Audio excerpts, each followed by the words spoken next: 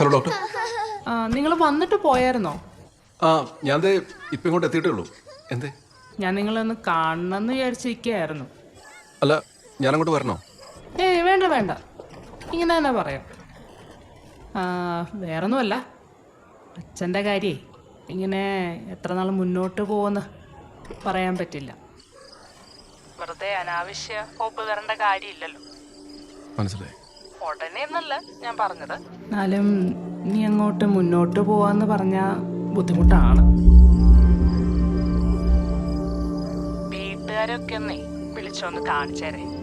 എല്ലാരും കൂടെ ഒരുമിച്ച് വന്നിട്ട് പുള്ളിക്ക് അങ്ങനെ തോന്നൽ കൊടുക്കണം എന്നല്ല ഞാൻ പറഞ്ഞേ.